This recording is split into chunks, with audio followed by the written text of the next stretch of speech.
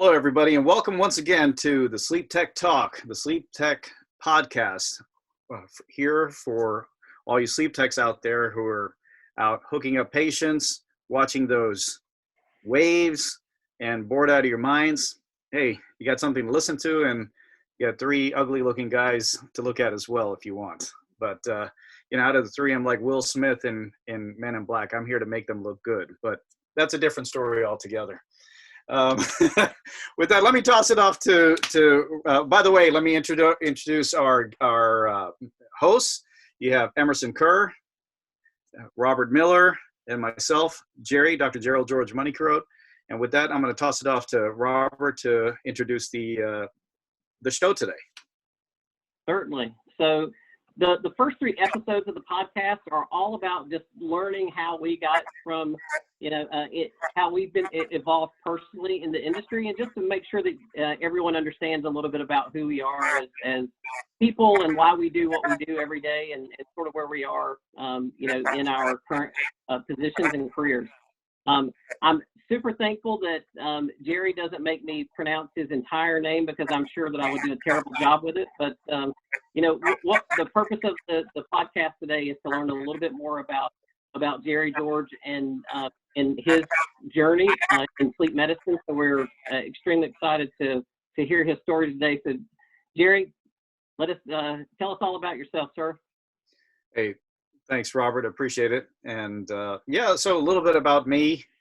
I grew up here in the United States, here in Texas, but for college, my parents shipped me off to India, and I went to med school over there, and I spent some time. I was practicing medicine for a while, and I decided to come back home. And in the process of getting my license, for those of you who don't know, if you were a foreign medical graduate, you have to go through this licensing process. And you pretty much have to study full time. It's very difficult to work and study at the same time. And I was trying to do that.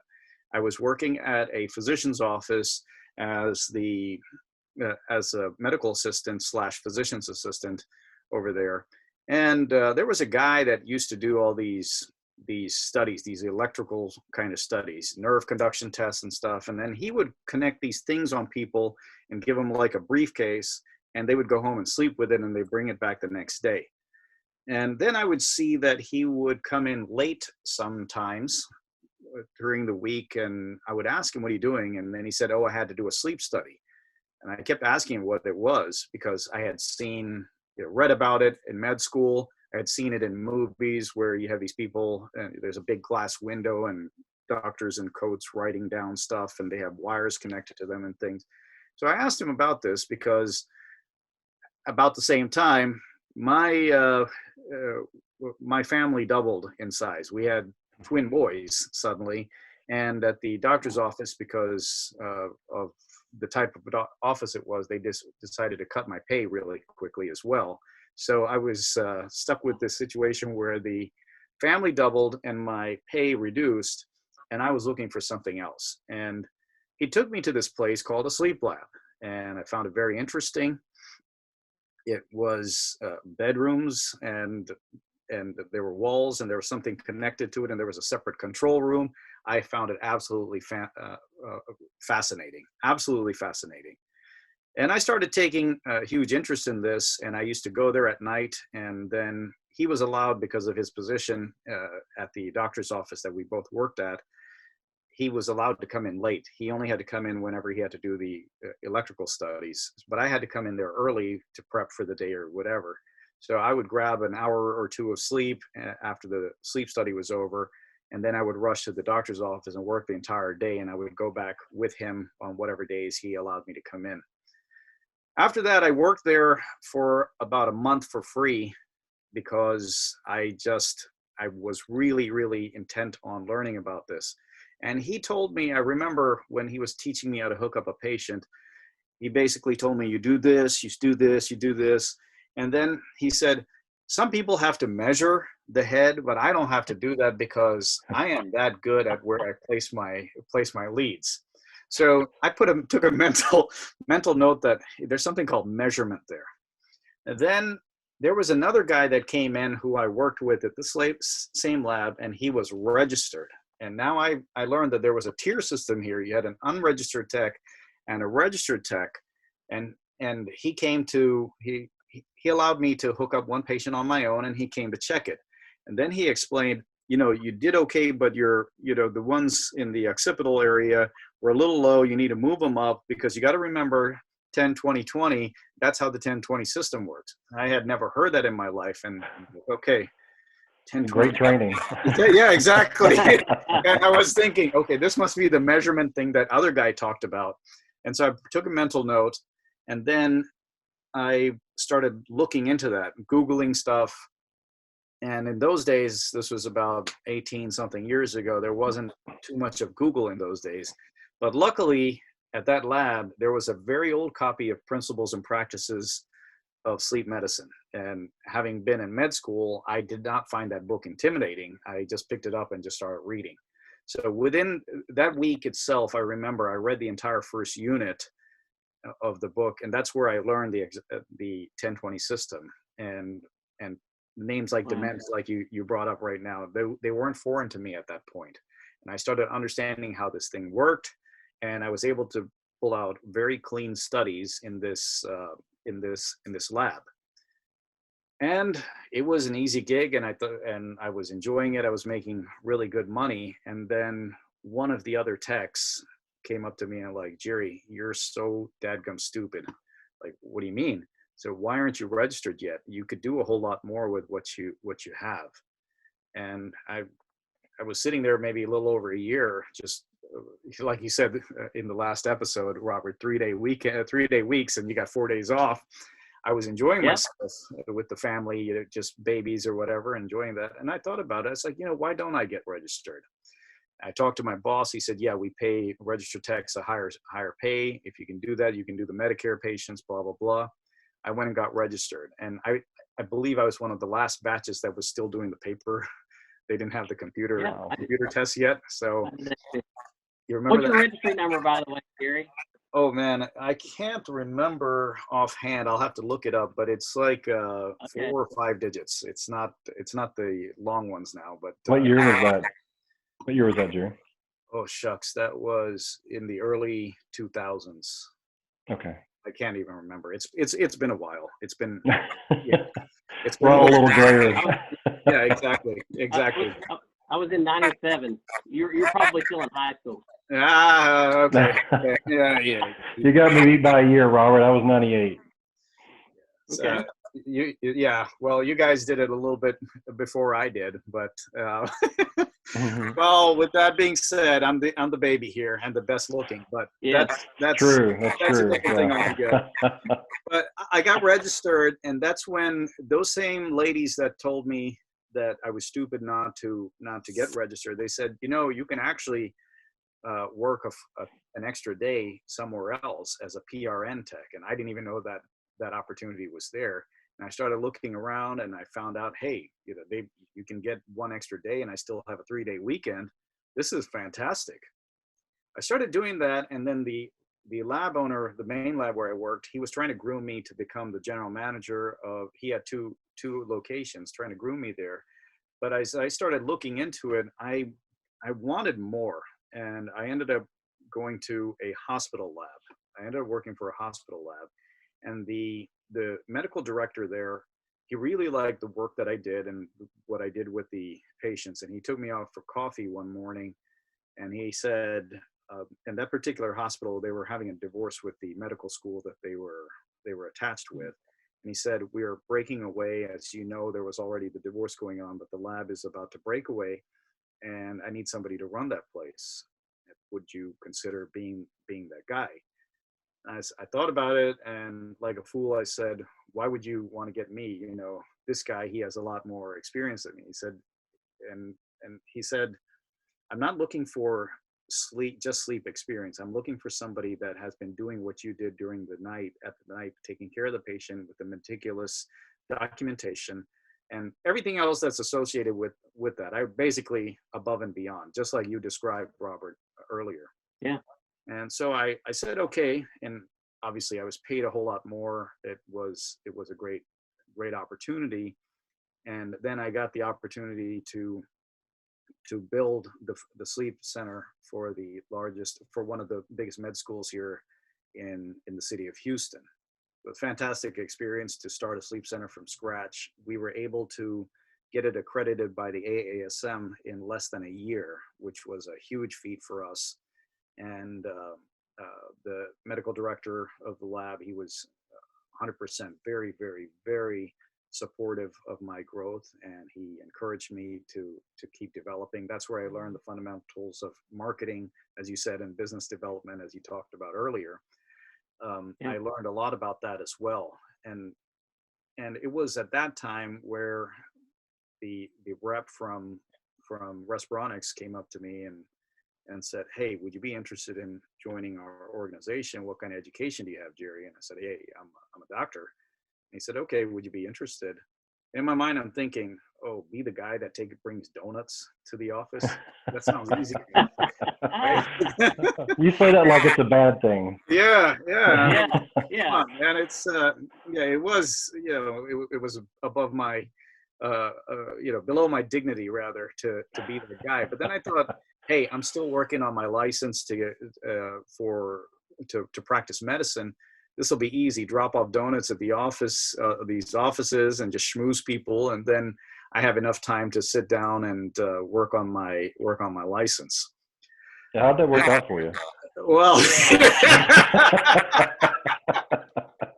yeah, that's here I am now, not practicing medicine, because two things. One is I was dead wrong about how easy the job was. I did not realize sales was so difficult, and the amount of work, the number of hours that it takes to close a sale, it was just absolutely mind-blowing. But I loved the challenge. I loved everything about it. I love the feeling that you get when you close a sale. I love the feeling, like you said, Robert, earlier, about collaborating with others to help to bring something to the table. I realized all these people were looking for solutions from somebody like me, and they were able to take care of their patients even better. And then at one of our sales meetings, I'm sure you guys will remember this, Ron Morelli from The Biggest Loser. That was great. You remember that?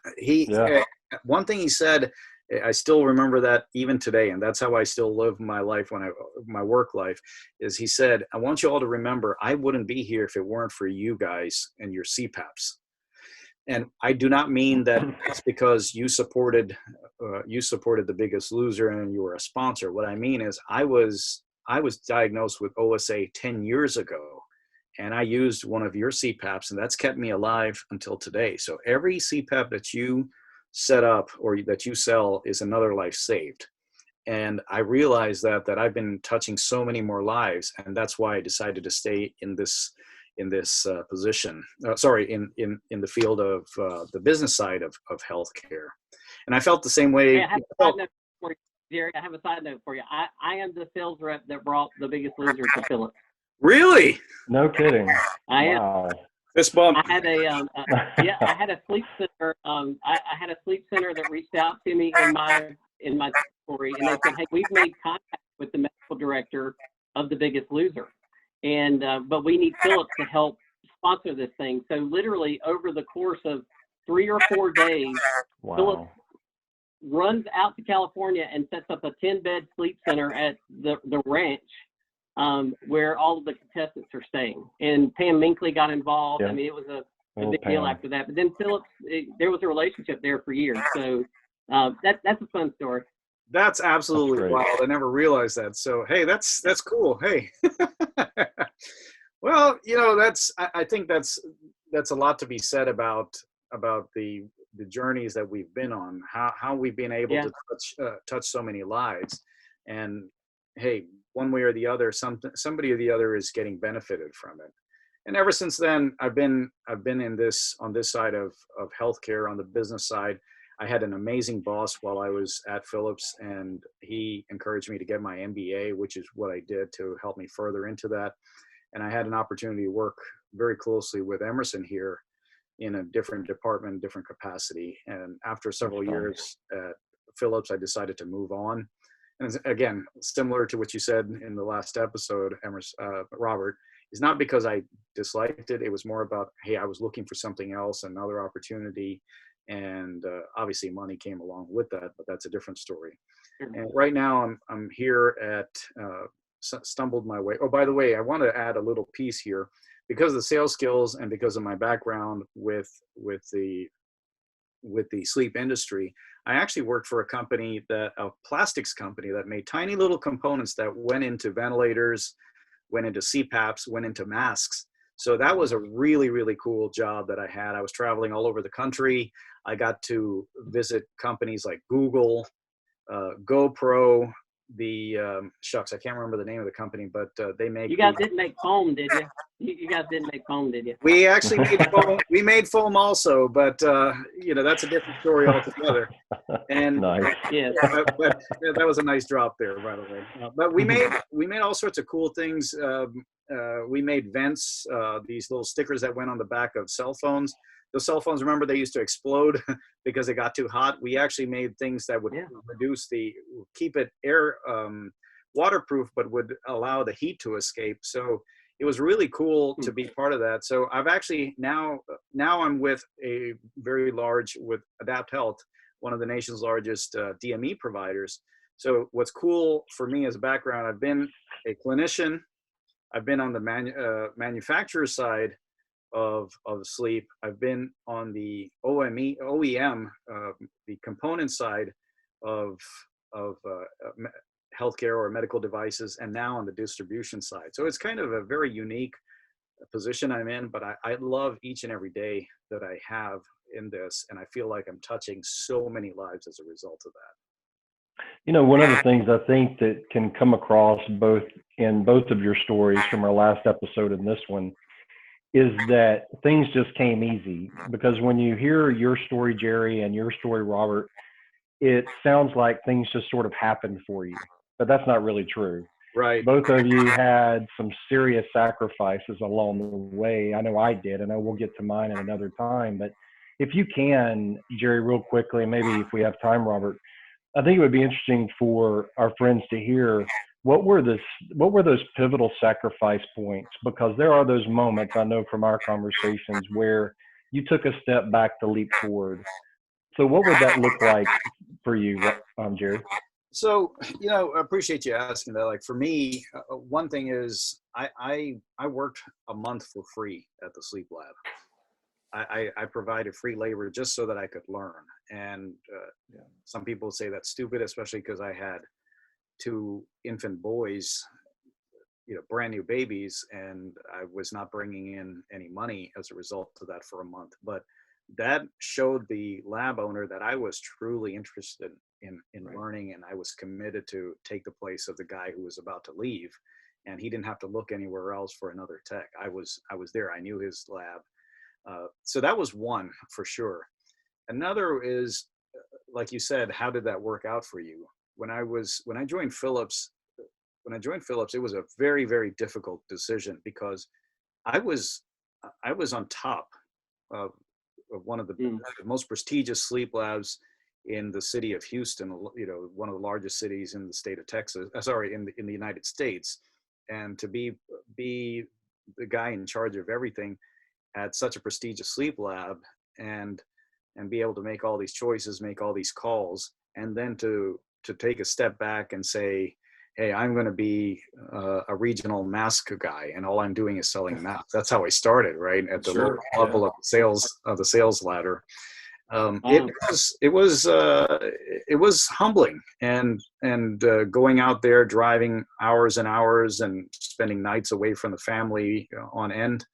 It was definitely humbling, but at the end of the day, I really, really enjoyed what I did, and I enjoy where I am right now today.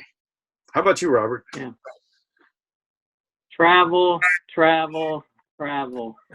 That is it's the burden of progress with some of these different positions that, it literally almost, as I talked about the different transitions for me in my personal career journey, the thing that I would tell you is that, there was I had positions where literally I had 2 suitcases I pick one up on Monday, drop the one off on Friday, and my wife washes my clothes, and then on Monday I'm right back out the door again. So that was hard on our family, and I have 6 children, so I missed a lot of stuff for my oldest kids. Now the joy is that I've been able to get a little closer to home with each position change, and I actually work entirely from home today, so I don't travel at all, which is awesome.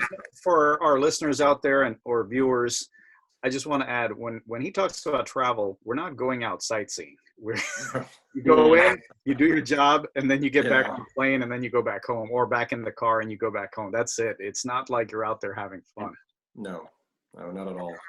Well, guys, I appreciate you giving me the platform to talk, and our listeners and viewers want to say thank you for joining us. So we're getting on for time, and we're going to close out, and thank you all for listening. Don't forget, please, we appreciate your comments, your interaction. Don't forget to let us know what you want to hear in the future.